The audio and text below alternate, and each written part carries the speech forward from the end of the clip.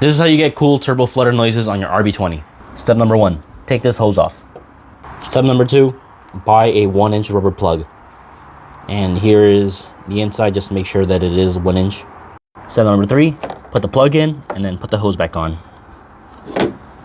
Step 4, turn your car on and enjoy the flutter noises.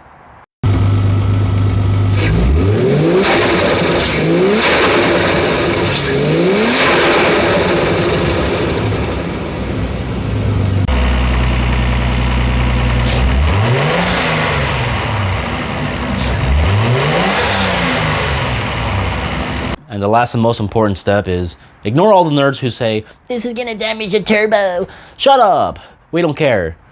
Even if that were true, we don't care.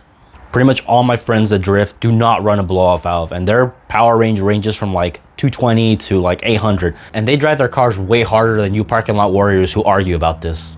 And last thing, get yourself a comb filter, not a foam filter. This is the filter that came with the car. It's trash, it breaks apart and it gets sucked up in here, and that actually does damage turbos.